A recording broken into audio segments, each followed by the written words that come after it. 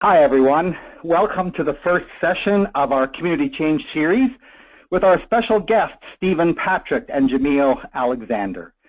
In today's webinar, Stephen and Jamiel will introduce us to the Aspen Forum for Community Solutions and explore the lessons learned through the Opportunity Youth Initiative. The Aspen Forum for Community Solutions launched an Opportunity Youth Incentive Fund, has been working with 23 communities across the United States. The Opportunities Youth Incentive Fund goals are twofold: to build a strong evidence of success for utilizing the collective impact community collaboration strategy, and to build and deepen pathways that achieve better outcomes in education and employment for Opportunity Youth. They also want to make the case for increased adoption of the collective impact and community collaboration strategy as an effective model for community change. I want to introduce both Stephen and Jamiel. I'd like to start by just saying that I'm so glad to be hosting this call today.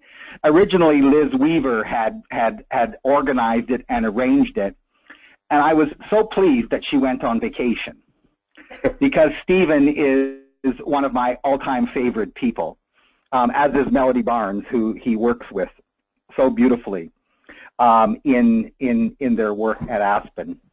And of course, I'm thrilled because Stephen speaks so highly of Jamiel that now I'm getting to meet another person from that organization.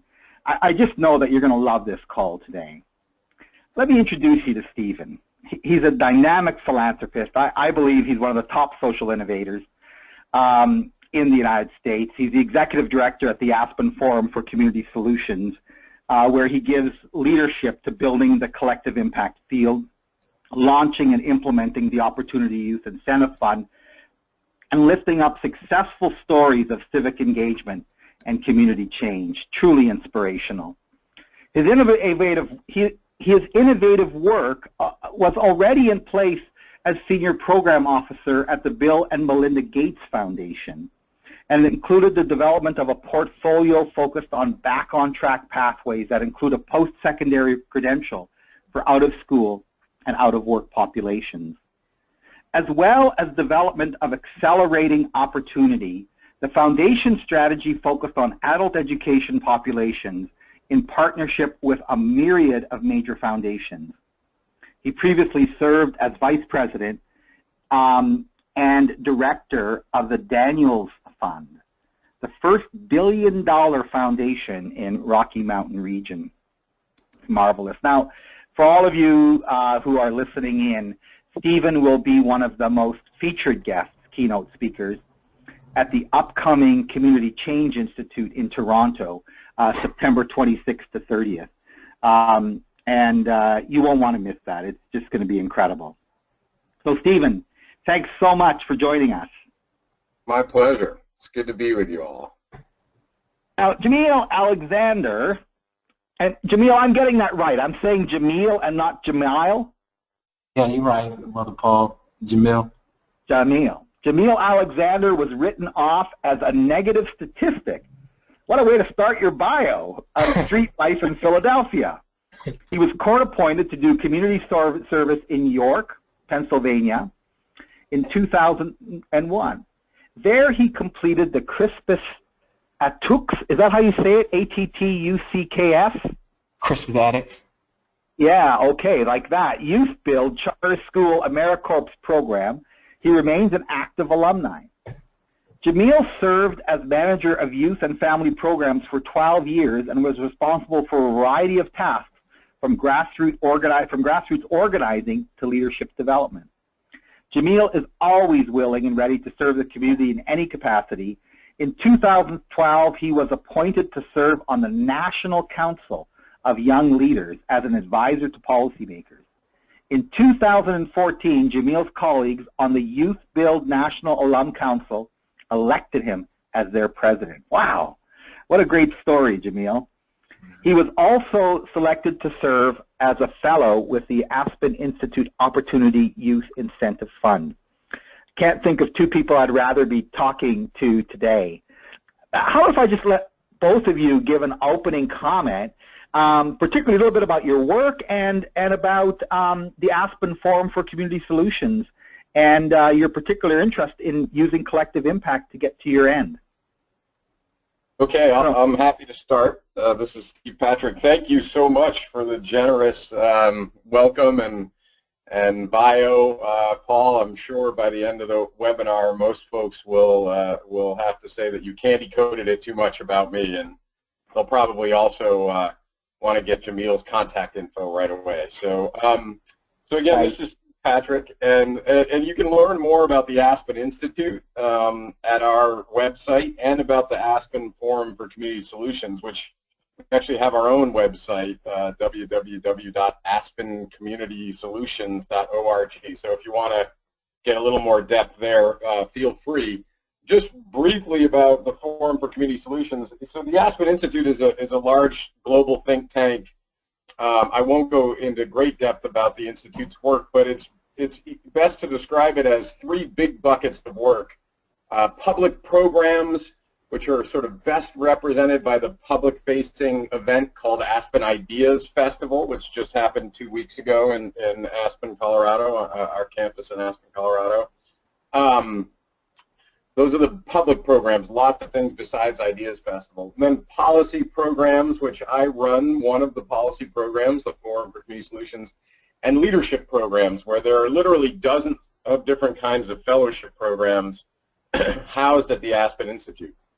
So a big shop with lots of tentacles, really with a mission of making the world a better place. You know, and that's not our official mission, but that's my shorthand. Our work at the Forum for Community Solutions was born out of a White House Council on Community Solutions, which probably some of you tracked.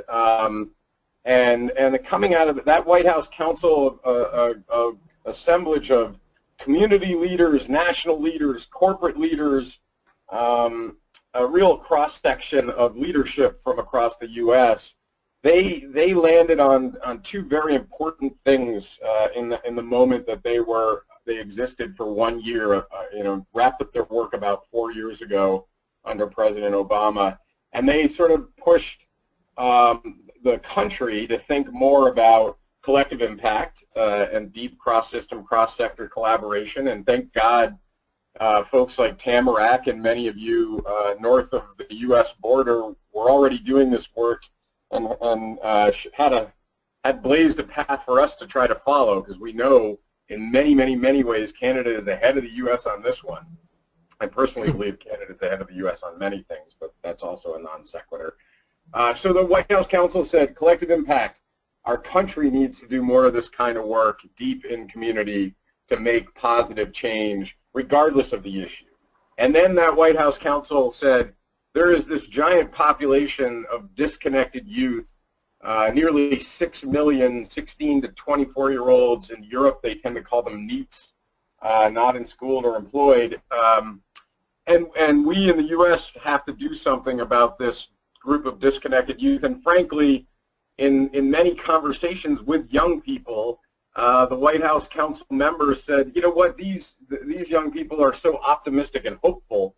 The statistics may say that they shouldn't be, but they are, and we want to build on that optimism and hope. And so they actually renamed the population Opportunity Youth. And so our work at Aspen is to build on those two pieces. And we collaborate with FSG and Tamarack and others in implementing the Collective Impact Forum, www.collectiveimpactforum.org. And that growth has been phenomenal. 16,000 members online now.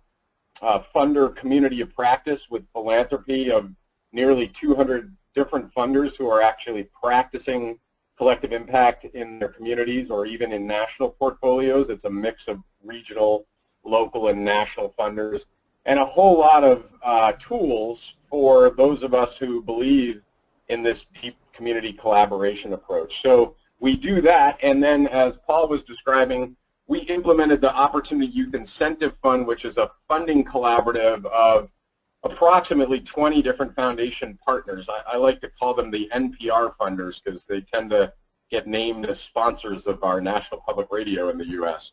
but it's everyone from Rockefeller to Gates to Ford to Kellogg. They're kind of pretty big brand name philanthropies who partner with us, and we fund backbone organizations through the Opportunity Youth Incentive Fund to really try to prove out this collective impact approach. The theory being no better population to try to do deep cross-system, cross-sector work with than, in fact, disconnected youth, because it's the systems. In the U.S., it's K-12, post-secondary higher education, justice, court-involved, et cetera, who are disconnected, and not the young people who are disconnected. So we really need a frame, and collective impact is the one that we're using to actually move the needle on reconnecting young people to pathways that lead to a family-sustaining wage and that break the intergenerational transmission of poverty. So that's what we do with that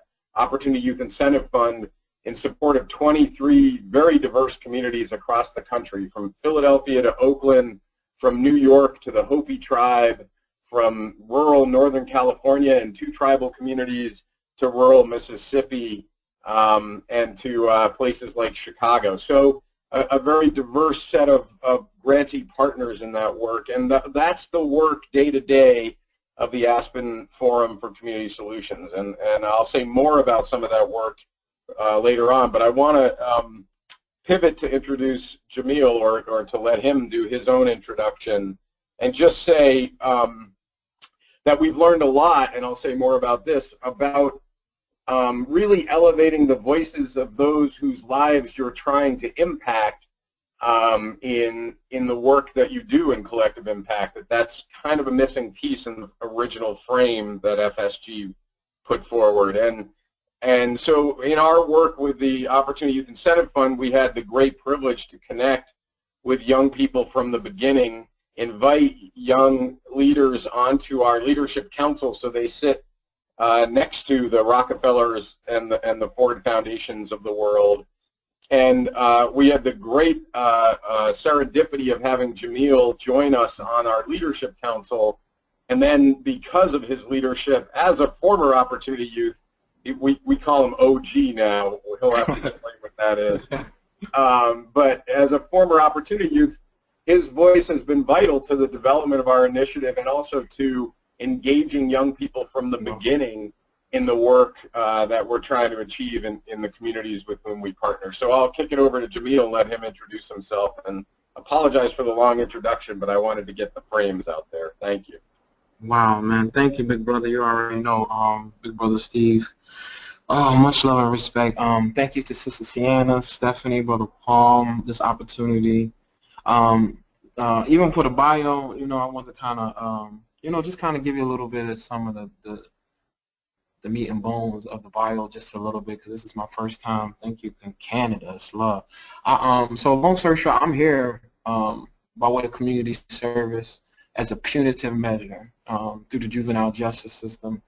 I was mandated and completed my community service hours in York City, hailing from Philadelphia.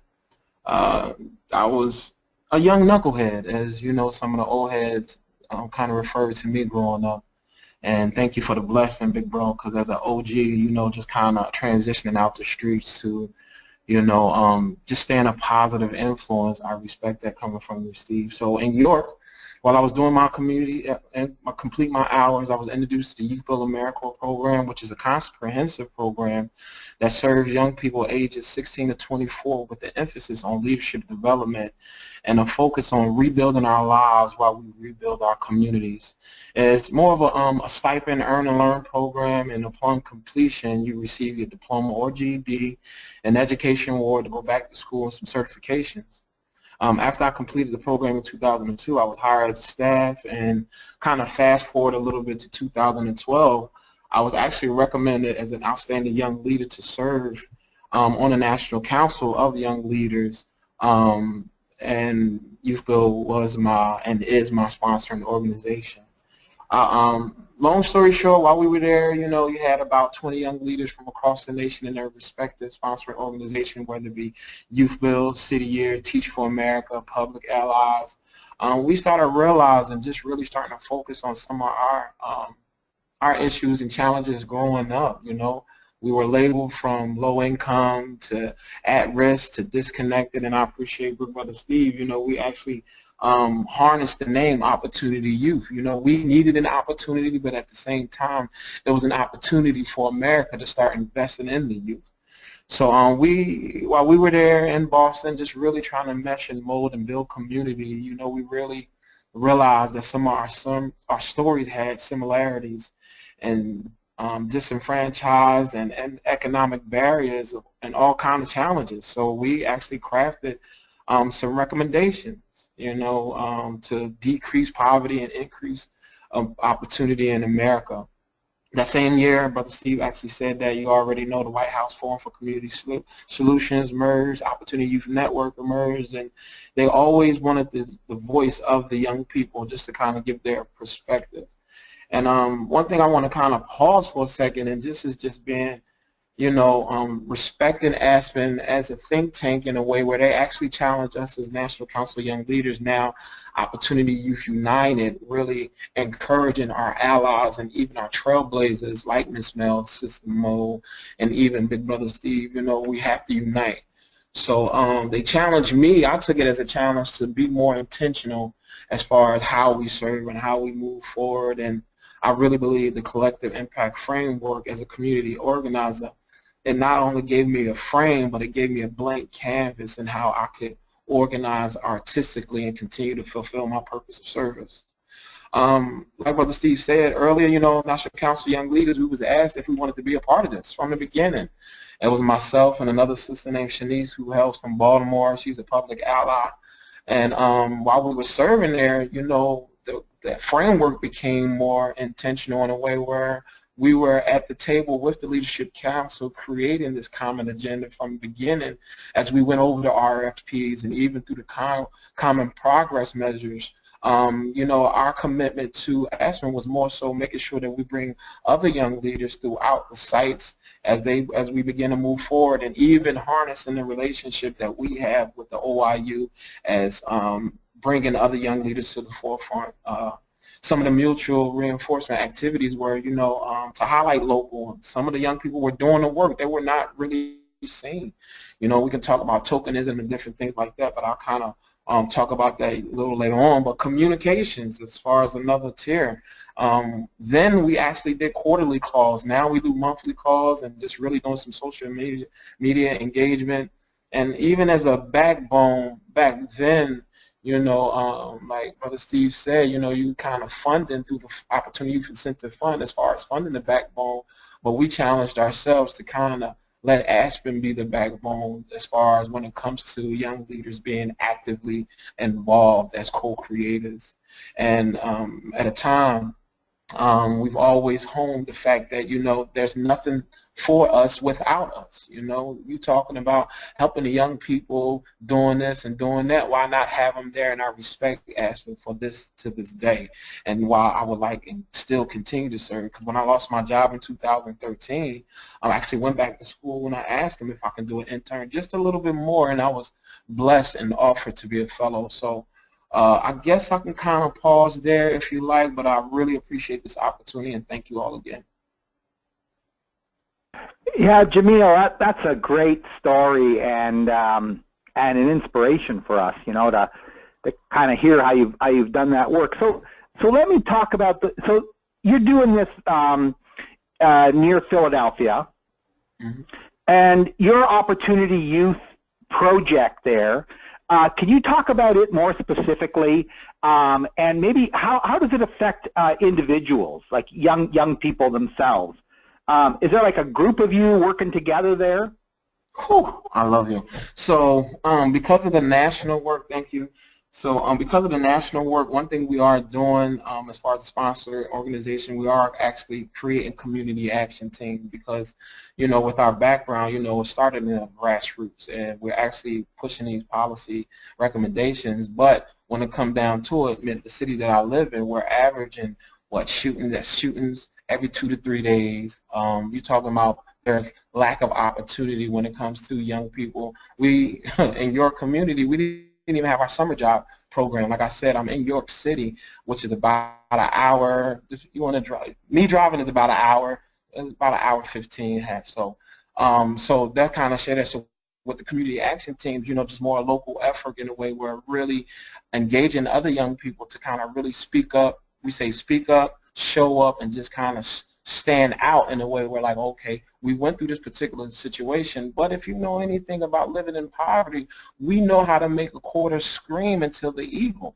We can squeeze a quarter until the eagle scream. Was something my grandfather used to always tell me, like, so we know how to make ends meet, but at the same time, we need this opportunity. So some of the things that we're experiencing is not becoming victims, but really encouraging other young people to really kind of take our community back through these community action teams and kind of spreading across the U.S. Paul, I might add something to this. This is Steve.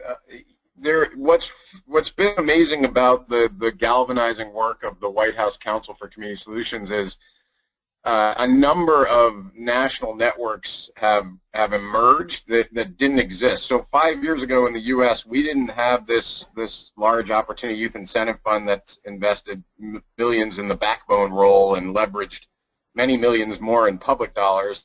So we didn't have the work at Aspen. But we also didn't have the Opportunity Youth Network, which is actually many of the national advocacy organizations in the U.S., the majority of them, all coalesced around a big goal of reconnecting 1 million in the U.S. And the policy investment and changes that would come with that. And that network emerged out of the White House Council. The Aspen Institute co-founded it with literally dozens of other organizations. And then what Jamiel's describing is actually the galvanizing of young people in this work. So his organization, National Council of Young Leaders, which he sits on that council, which is an incredibly diverse group of absolutely inspiring young people who have overcome everything from child welfare system involvement and not having a family to court involvement, as Jamiel was describing in his own pathway. And so that National Council of Young Leaders has become a voice in the U.S. Where they weigh in on youth policy at the federal and national and regional and local levels. And they also launched something called Opportunity Youth United, which is to create a web-based platform and a set of actual organizations in every major city and community in America that they've just launched. So it's just getting started with an initial 20 communities where the young people themselves are coming together.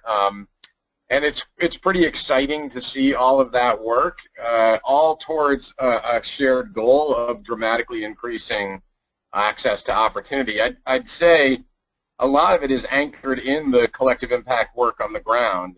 And when one of the lessons learned and one of the things that Jamiel and other young people helped us with when we launched the Opportunity Youth Incentive Fund and started funding Backbones was the criteria for the application included the kinds of expected metrics around, achievement in secondary and post-secondary, and ultimately a job with a family-sustaining wage attached to it. And many of you are aware of all the violence in the U.S. Right now.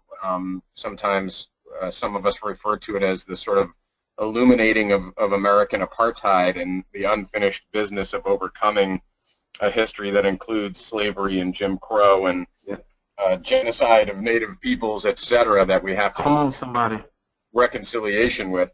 But what I would say about our investment strategy on the ground is we included the young people as a core part of the work. So every applicant for the Opportunity Youth Incentive Fund had to demonstrate authentic engagement of youth voice.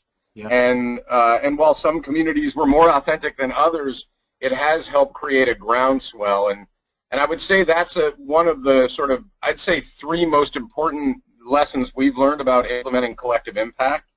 Many of you are major practitioners and probably know more about this than I do, but when you think about the collective impact frame and the 5 core elements of collective impact that FSG originally identified as essential to effective collaboration in community, the 5 being common agenda, a shared measurement system, 3rd, mutually reinforcing activities, 4th, continuous communication, and fifth, that backbone role. What we've learned from implementing the Opportunity Youth Incentive Fund as a collective impact initiative is really that the work shouldn't be taken on unless you're looking at it through an equity lens, through access to opportunity and addressing inequality. And so we've added equity as a core frame for all the work we're doing, both in the Opportunity Youth work and in collective impact. So Stephen, yeah, go ahead. Sorry. Talk to me about that, and maybe get Jamiel to talk about it as well. I think it's really important, and I know that often we just kind of say that we're doing it, but what does it really mean to look through an equity lens at collective impact? There's a lot of people on the call interested in that question. Yeah, well, I would say part of it is to really actually understand population level outcomes in a community, and there's the academic John Powell calls it targeted universalism, fancy language for, we need to focus on those who have had the least access to opportunity. We actually need to understand and measure that, and if we measure it, we'll do it. But if we don't measure it, we're not going to get to it. And so in a lot of our communities, we emphasize pathways for boys and men of color, for example. We look at Native populations. We also try to invest in communities that often are overlooked. There's inequity in the equity movement, if you will, in the U.S. in that some communities get all the grants and others are less organized and historically have less civic infrastructure because they haven't been supported, and that's not equitable. And so we try very hard to include communities that normally wouldn't be included. But I would start with population level outcomes, Paul, as essential. We do a lot of work with PolicyLink, and if folks want to visit PolicyLink's website, you'll get a great definition of equity, of the term equity, and also some visuals, and I recommend it. Jamiel, do you want to add something about starting with equity in the collective impact work? Yeah, thank you. Good question, Brother Paul. So when it comes to equity and as far as the lens and as far as the young leaders itself, you think about equity as far as people, place, the power, and the whole process. My focus has been the young leaders themselves, us, being a once opportunity youth, but on the flip side, some of the things that we went through, we were ignorant. We wasn't socially conscious. So Brother Steve said as far as the voice, we were all, even through the RFP process, every site had to make sure they had a youth voice and authentic youth engagement.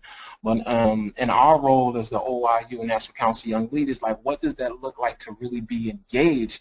Because we started finding out and just kind of serving with the leadership council at Aspen, some of the sites really didn't know, and their heart was good, but at the same time, we took on a role as far as, and I'm going to kind of bring Sister Yelena in the room, we started identifying different sites. They really didn't know, and their heart was good, and they filled out the RFP, and it was kind of this accountability piece.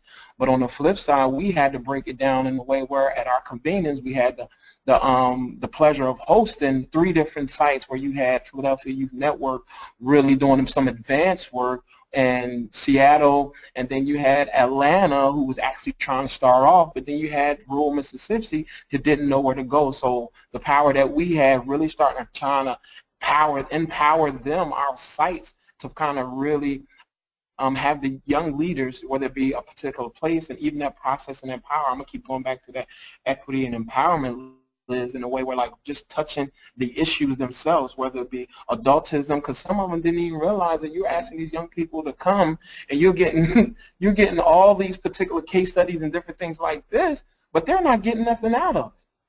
So I don't want to go off in a tangent, but I hope I kind of answered your question. So to whom much is given, much is required. So in my role as a fellow, I kind of serve as a technical assistance provider in how to strategize around youth engagement. So we want to continue to be the solution to some of these issues, inequity issues that's going on. So thank you. Well, I'm just so enjoying this, Jamiel and Stephen, and I'm just wanting to allow people who are listening in your GoToMeeting app, there is a box where you can list your questions for Jamiel and for Stephen. And I'm monitoring that box right now. So just put your questions in, or even your thoughts, and I'll read them out. I'm hoping that we can turn this into a conversation as much as we are now into a marvelous undertaking and story, very inspirational. Let me ask how the business community has embraced this type of learning and thinking, Stephen.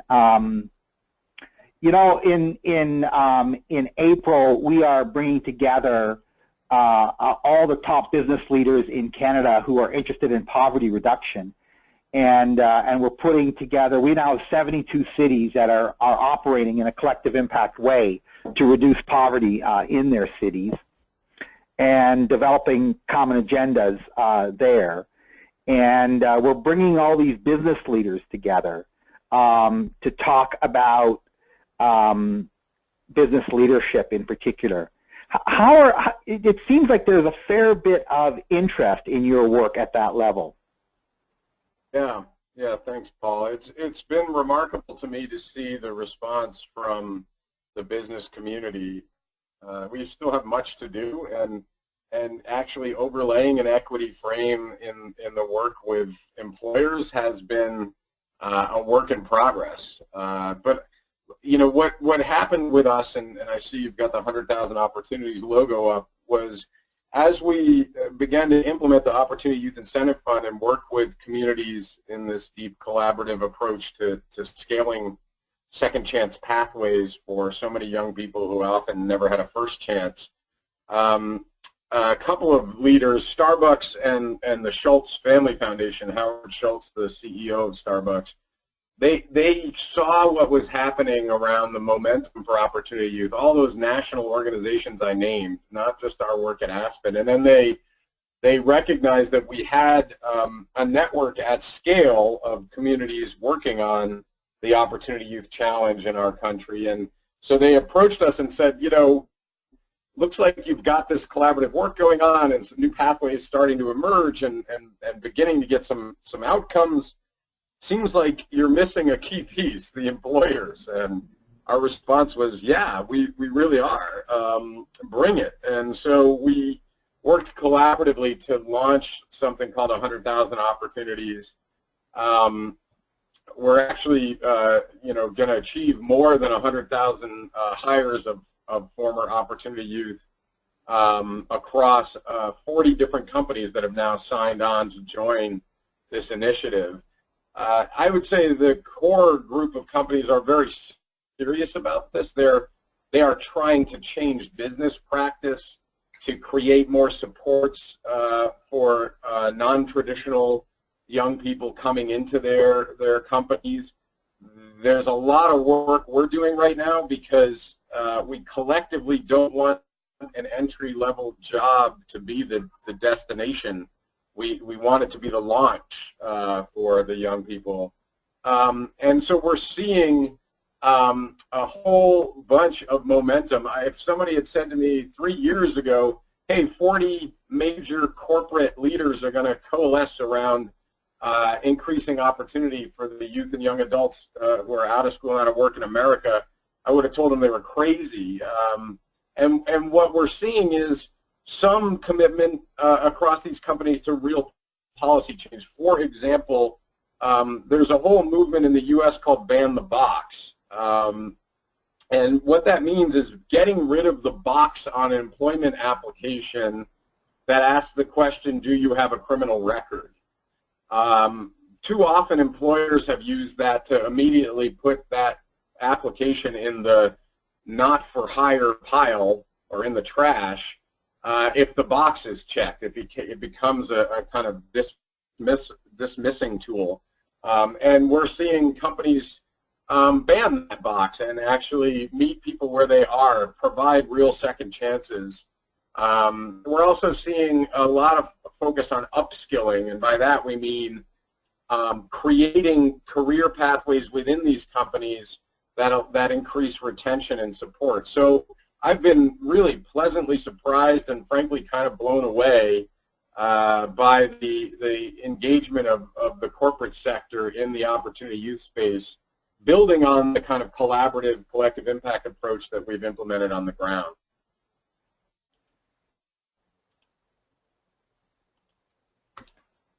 Fascinating in so many ways. It's really interesting. Hey, Jamiel, we've got a question here from Anissa for you, and she's just asking if you've got anything written up, or if you've seen anything written up that you might be able to share in terms of recruiting and engaging youth in an authentic way, or maybe you can give us some of your ideas about how to engage youth in an authentic way. Thank you, Brother Paul. I was just reading that too. And Sister Anessa, I believe, did I say that right?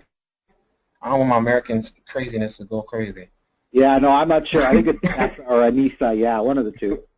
So I actually just put our website, oyunited.org, in there. That actually has some tools and some templates, but just kind of, so I went from, to me, just kind of give you, I want to kind of answer this another question a caller typed in as well, as far as are we more focused on collective impact or opportunity youth? So can I kind of merge this conversation in a way where, as an opportunity youth, you know, to me, I just served because I didn't want my brothers and sisters to go through what I went through. You know, being a product of divorce, the juvenile justice system, like Brother Steve said, I was one of the brothers that used the streets to escape from being home because I was abused.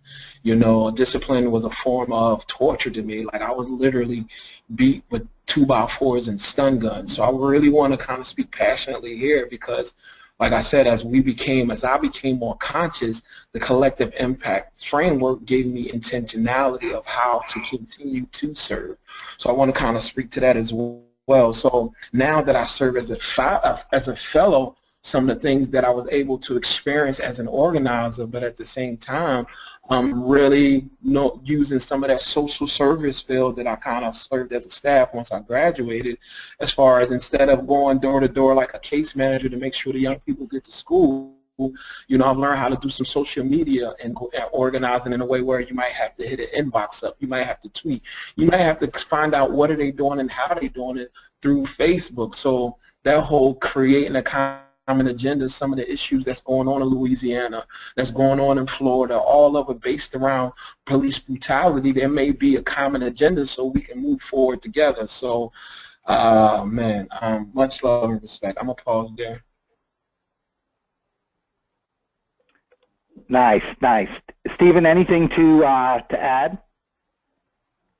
No, I mean, I would say with the Opportunity Youth Incentive Fund sites, you know, some are less accomplished in the collective impact frame and doing more on pathways and engagement of opportunity youth. And so it's one of our lessons learned is as we provide technical assistance around the collective impact piece, we have to figure out what the right dosage is. So some of our communities, as Jamiel was describing, we really wanted to help them with youth voice and youth engagement in the collaboratives, and that's one of the other lessons. If one lesson is we need to elevate equity as a frame within collective impact, another is constituent voice, like the voice of young people in this initiative, is critical.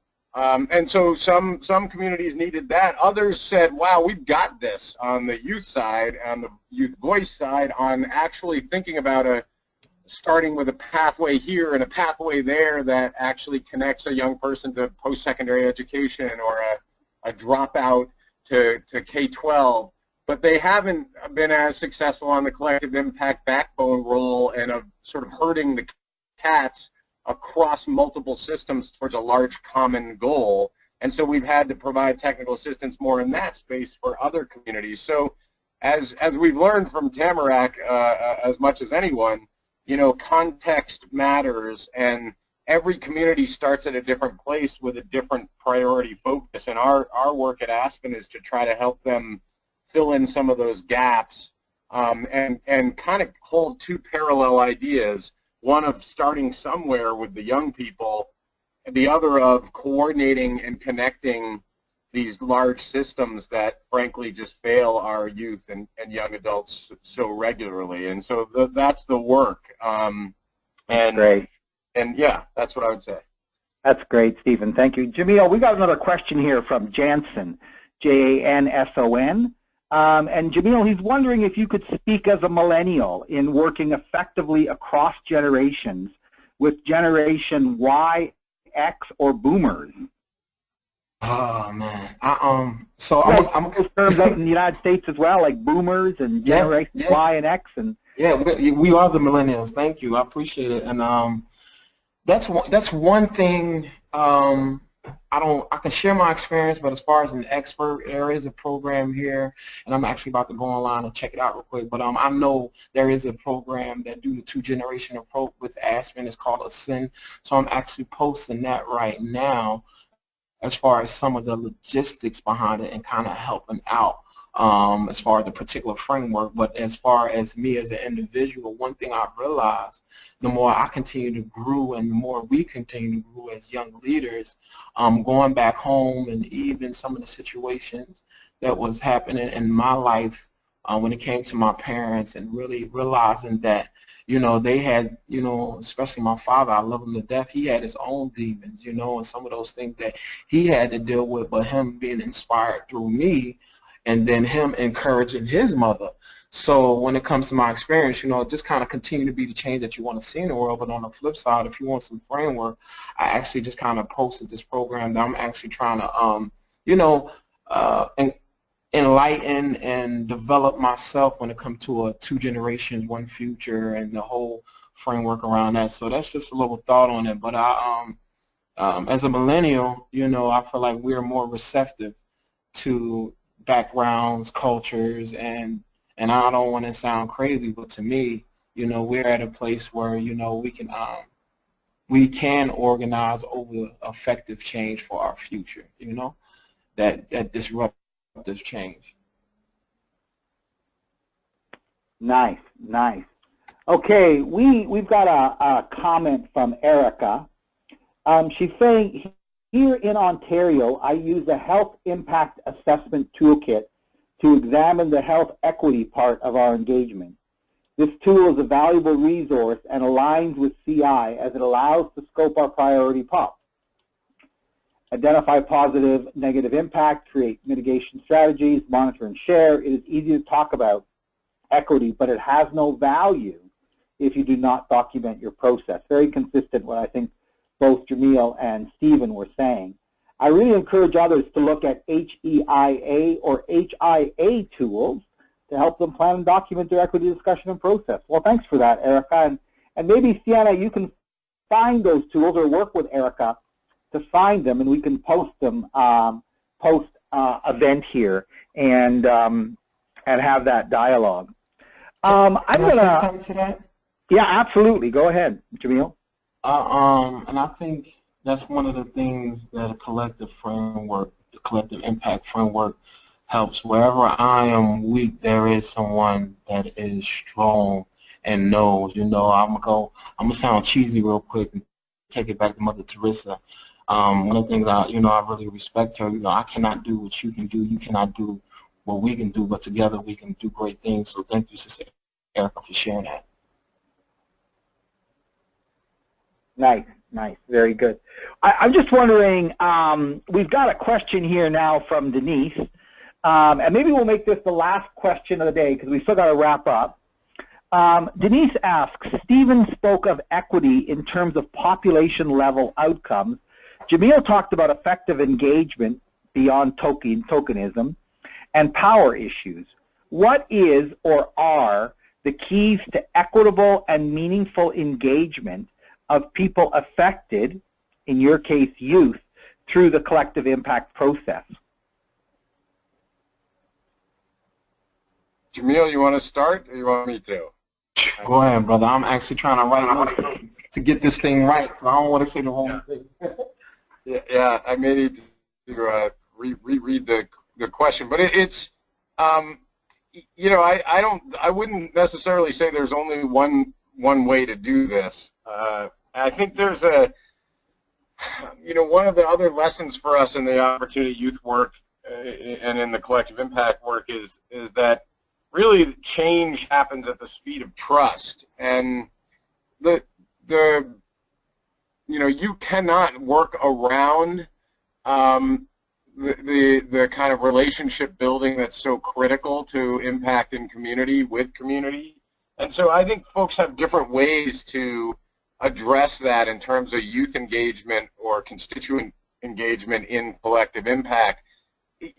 I can tell you that the more folks who come to the table as quote-unquote the sort of leaders in a community, maybe that's a deputy mayor or a superintendent of schools, or the more that they are engaging in a real one-on-one conversation with others and with the young people whose lives they're trying to impact, the better the outcomes and the design of the work. And so, there's a wonderful civil rights leader in the U.S., Brian Stevenson. I encourage you to look him up. But he sort of says there's no substitute for being proximate, for really connecting in place with the people whose lives you're trying to impact. And so we start there in the work with engaging youth in collective impact.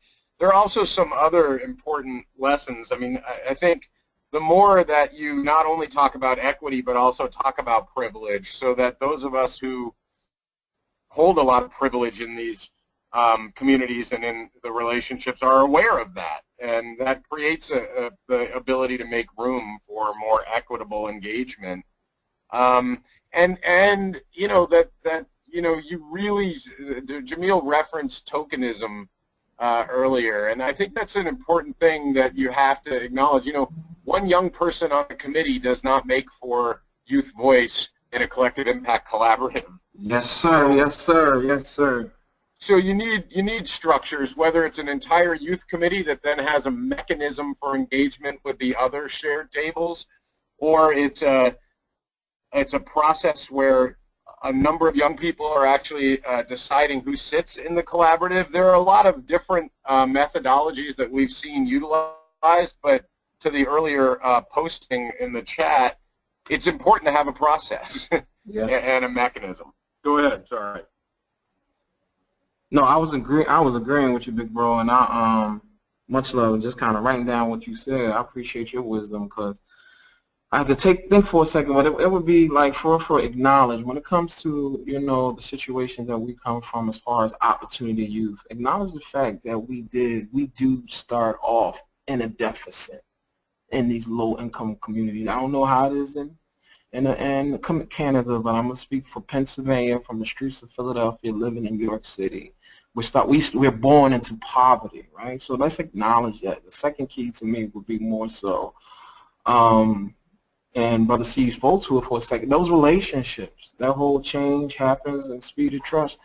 Whether you're in the streets or in corporate America, you know that I call them the spidey senses, that gut feeling. Unless we rocking out, as I say to the young people, or unless we really have that relationship, nothing's going to get done. So one, acknowledgement; two, relationship. The last one, another key, I guess, would be just the golden rule itself.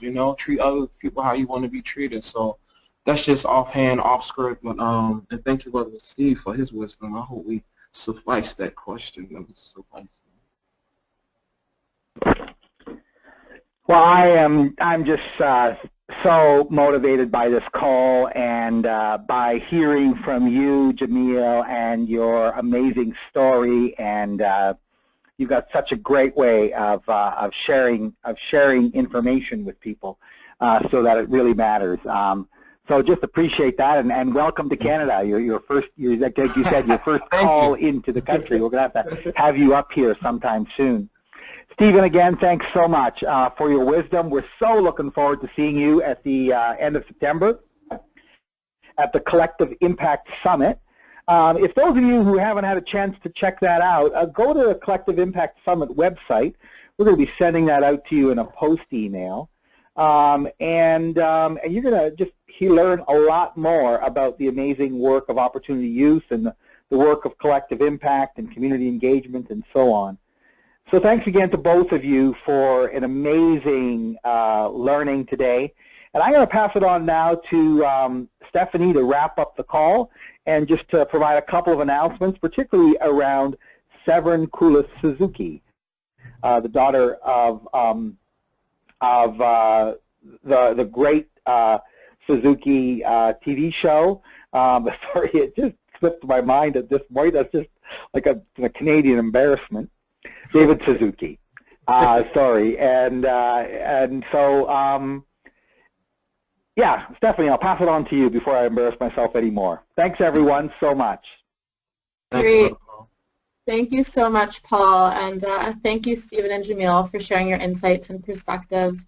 As Paul mentioned, I think this was one of the more inspirational webinars that I've been able to be a part of. So thank you so much for that, and thank you for your comments and questions have helped make this a dynamic and thought-provoking conversation. We also want to thank our supporters, Human Resources and Social Development Canada, Maytree Foundation, J.W. McConnell Family Foundation, and the Province of Ontario for making these calls possible. As promised, in a few days, we're going to email you with links to the audio and other materials related to today's call, and we also welcome your feedback on these webinars, so please do email Tamarack and let us know how we're doing. Thank you, Tamarack. Appreciate you. Yep. And be sure to sign up to receive Engage. Engage is an online magazine, and it's published monthly, and it provides the latest thinking through articles, news, and resources for community change itself. As Paul mentioned, next week we have our next session in the Community Change webinar series. It's entitled Breaking the Silos, featuring Severin Kulis Suzuki, international activist and author. This webinar will explore the importance of disrupting what separates us in order to work together and understand and address the interconnections of issues and challenges that we are owned by all of us. We also have two other upcoming webinars in the series. Innovation Starts with People, featuring Australian Centre for Social Innovation CEO Carolyn Curtis and Social Design Fellow Dr. Ingrid Burkett on August 25th. And Collective Impact 3.0, featuring Liz Weaver and evaluation expert Mark Cabage on September 12th. You can register for these events on the events section of our website at www.tamarack.ca. And the Tamarack team would personally like to invite you all to join us at the inaugural Community Change Institute taking place in the vibrant city of Toronto this fall from September 26th to 30th. This 5-day event will feature 4 world-renowned speakers, including our webinar's very own Stephen Patrick, 40 workshops, and over 250 changemakers from across the globe. And again, details about this incredible learning opportunity can be found on the event section of our website. So as mentioned, we encourage you to visit our website to learn more about our upcoming events and to sign up for our monthly e-magazine Engage. Thank you so much, Stephen, Jamiel, and Paul, and thank you everyone for joining us today. Have a great day.